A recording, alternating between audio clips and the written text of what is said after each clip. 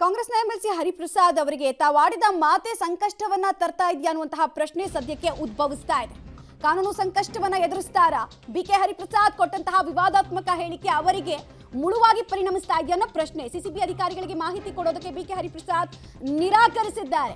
ರಾಜ್ಯದಲ್ಲಿ ಗೋದ್ರಾ ರೀತಿಯ ಘಟನೆಗಳು ನಡಿಬಹುದು ಅಂತ ಹೇಳಿಕೆಯನ್ನು ಕೊಟ್ಟಿರು, ನನಗೆ ಇನ್ಫಾರ್ಮೇಶನ್ ಇದೆ ಅಂತೆಲ್ಲ ಹೇಳಿದ್ರು. ಹೀಗಾಗಿ ಅವರ ಹೇಳಿಕೆ ಆಧಾರದ ಮೇಲೆ ಅವರನ್ನು ವಿಚಾರಣೆಗೆ ಒಳಪಡಿಸೋದಕ್ಕಾಗಿ ಸಿಸಿಬಿ ಪೊಲೀಸರು ತೆರಳಿದ್ರು.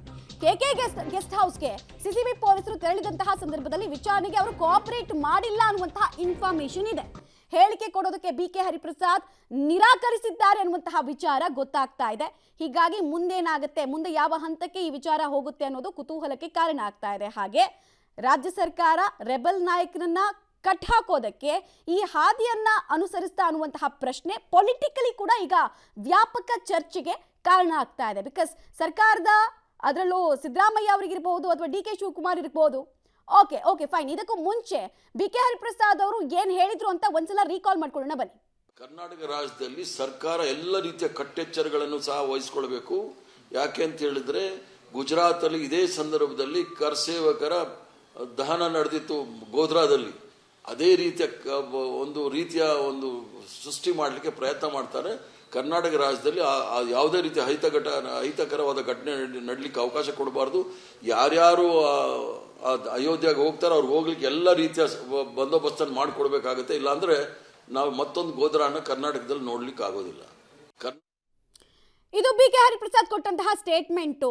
ಕರ್ನಾಟಕದಲ್ಲೂ ಅಂತಹ ಘಟನೆಗಳು 2002ರ ಗುಜರಾತ್ನಲ್ಲಿ ನಡೆದಂತಹ ಘಟನೆ ಮರುಕಳಿಸುವಂತಹ ಸಾಧ್ಯತೆ ಇದೆ ಅಂತದೊಂದು ಇನ್ಫಾರ್ಮೇಶನ್ ನನ್ನ ಹತ್ರ ಇದೆ. ಕೆಲವು ಕಡೆ ಎಲ್ಲ ಮೀಟಿಂಗ್ ಆಗ್ತಾ ಇದೆ ಅಂತೆಲ್ಲ ಬಿಕೆ ಹರಿಪ್ರಸಾದ್ ಅವರು ಹೇಳಿದ್ರು.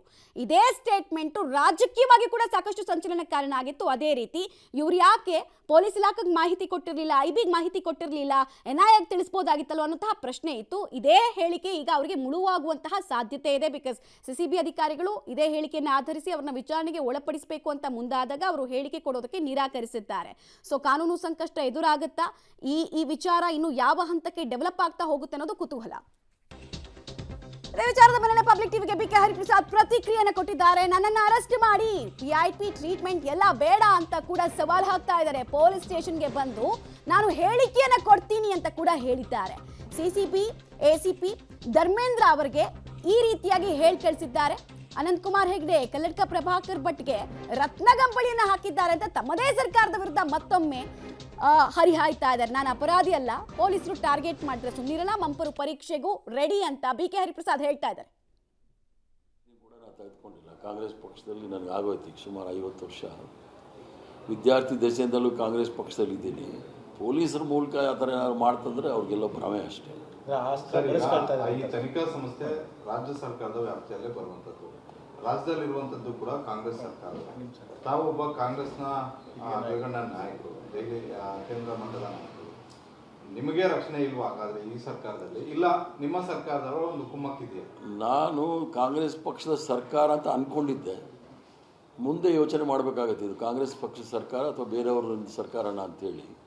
ನನ್ನ ಪರಿಸ್ಥಿತಿನೇ ಈ ಥರ ಆದರೆ ಸಾಮಾನ್ಯ ಕಾರ್ಯಕರ್ತನ ಪ್ರಶ್ನೆ ಏನು ಅನ್ನೋದು ಈಗ ಪ್ರಶ್ನೆ ನನ್ನಲ್ಲಿದೆ. ಅದರಿಂದ ಭಾರತೀಯ ಜನತಾ ಪಾರ್ಟಿಯವರು ಇದ್ದಾಗಲೂ ಸಹ ಒಂದು 2-3 ಕೇಸ್ ಬುಕ್ ಮಾಡಿದ್ದಾರೆ, ಅದು ಬೇರೆ ಪ್ರಶ್ನೆ.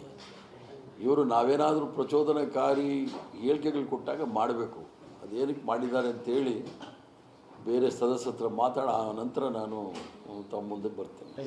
ಈಗ ನೀವು ಸಾಕಷ್ಟು ಅನುಭವಿಗಳು, ನಿಮಗೇನೋ ಇತ್ತೀಚಿನ ದಿನಗಳಲ್ಲಿ ನಾನು ನಡ್ಕೊಳ್ತ ನಡವಳಿಕೆಗಳು, ನಾವು ಕೊಟ್ಟಂತ ಹೇಳಿಕೆಗಳು ಇದೇ ಒಂದು ರೀತಿಯಲ್ಲಿ ದ್ವೇಷಕ್ಕೆ ಕಾರಣ ಆಗಿದೆ ಅಂತ ನಿಮ್ಗೆ ಅನಿಸ್ತಾ ಇದೆಯಾ? ಯಾರ ದ್ವೇಷಕ್ಕೆ? ಸರ್ಕಾರದ ದ್ವೇಷಕ್ಕೆ. ಸರ್ಕಾರದ ಕೆಲವರ ವಿರುದ್ಧ ನೀವು ಮಾತಾಡಿದ್ರಿ. ಸರ್ಕಾರದ ವಿರುದ್ಧ